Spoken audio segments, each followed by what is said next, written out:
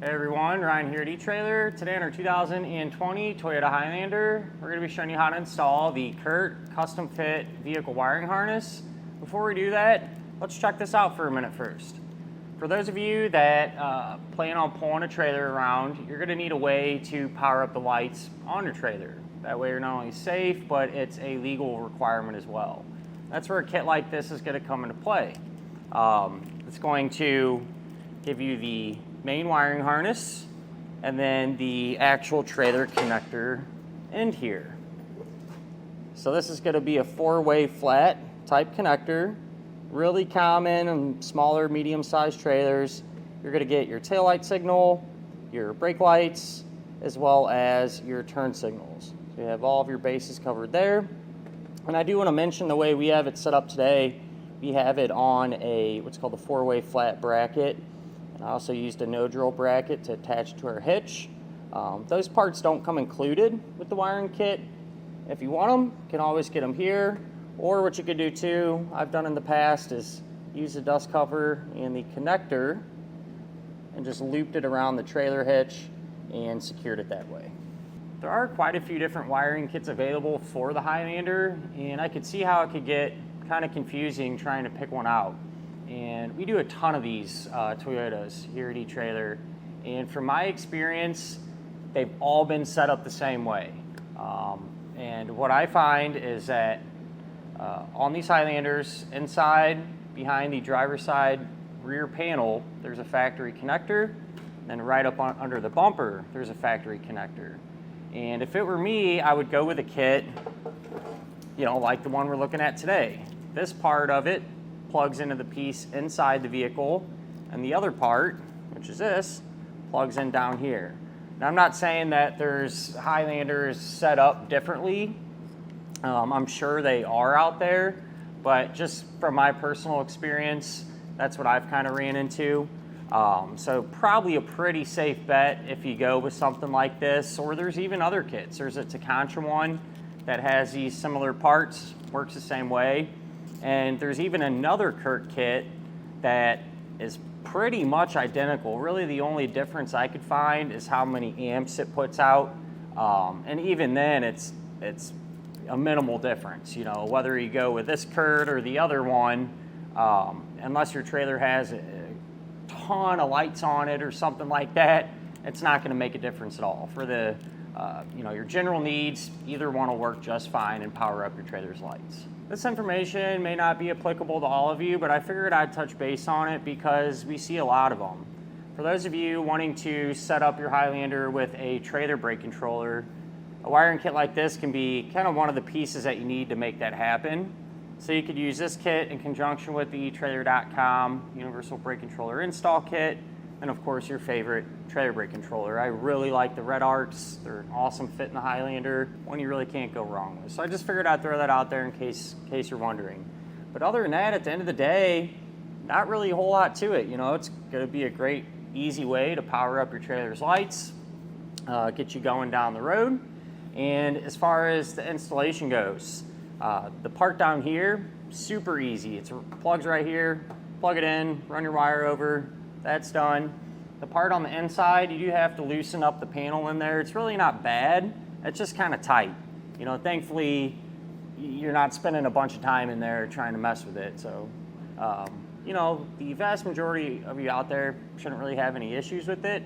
But with that said, if you're doing other parts at the same time or just don't feel like messing with this, whatever the case may be, you can always use our dealer locator network, and that can help you find a shop in your neighborhood that can do it for you. But if you're gonna do it yourself, hang around, we'll go ahead and get started on it now. To begin our install, we're gonna be working inside of our Highlander, and on the driver's side, kind of in this area here, we're gonna have a factory connector plug that we need to locate, and so we'll have to kind of pop some of these panels free to get to it. You can grab your cup holder tray here and just lift up on it. That just pops out of place. A lot of times you can reach your hand way in here and get that connector plug that we're looking for, but it's pretty difficult. So to make things easier to see, and just in case if you can't get to it, we'll do a couple more things here. Above that, we're gonna have this little cover. If you just take a small screwdriver, pick or something, pop that cover off, that will expose a 10mm bolt that we can pull out.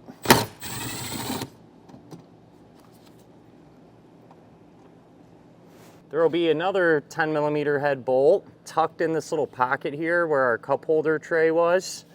And we'll go ahead and remove that too.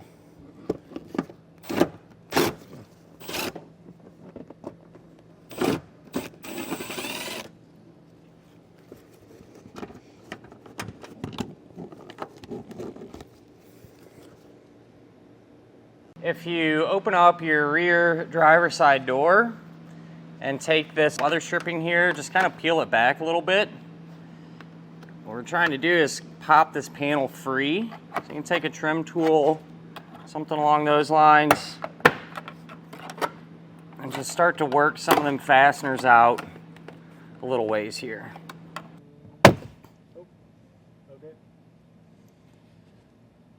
With our panel peeled back some, that's a connector plug that we're looking for. And I was mistaken earlier. I said it was a little more, you'd have to reach your hand kind of towards the front.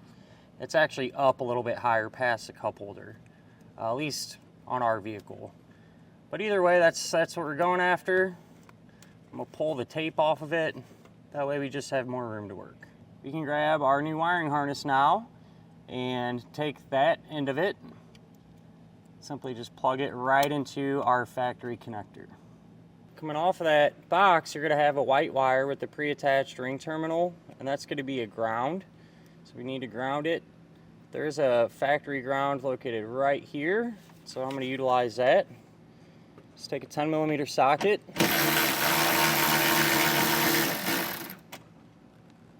Remove the bolt. Put the bolt through the ring terminal.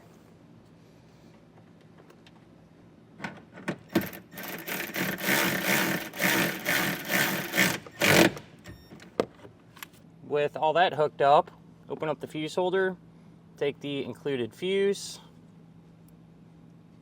I'll put that in place, close up the cap, and we'll need to secure this. I'm going to put it down here in this opening, so I'll go ahead and do that now and show you how it turned out. I got that converter box secured, and this is where I put it. Really nothing to it at all. The kit gives you two-sided sticky tape. I cleaned off both surfaces real good with rubbing alcohol, let it dry, just stuck it right into position. Before we get too carried away, putting panels back and everything, it's probably a good idea to go underneath the vehicle now. That way we can plug in the remaining portion of our harness that goes up kind of behind the bumper. And that way we can test it, make sure it works and everything like that.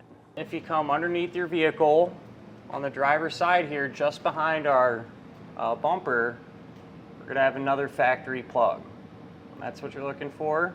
This one does have a dummy cap on it, just a little protective cover. You can push down on that tab and pull it off. We're not gonna be needing this anymore. And that's because our new wiring harness is gonna line up with it and plug right in. Now we're ready to test, and what I like to do is use a tester like this as opposed to just hooking up to a trailer. And I say that because if your trailer happens to have any issues, it might mislead you. I'm thinking it's something you did on the vehicle side. But with that in mind, we'll try our left turn, our right turn. We'll hit our brakes and turn on our taillights. Since we know everything works, we can get everything back together. While we're in this area, I did route the wire. So I just shot it right over. And in our case, our neighbor wanted to mount theirs up on a bracket, which you can do.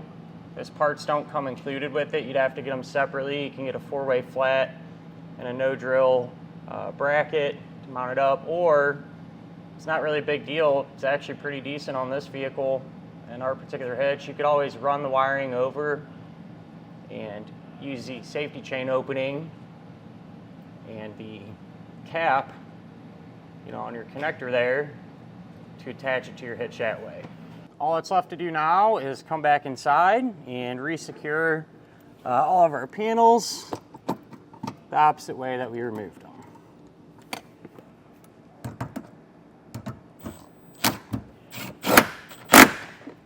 And that'll finish up our look at and our installation of the Curt custom fit vehicle wiring harness on our 2020 Toyota Highlander.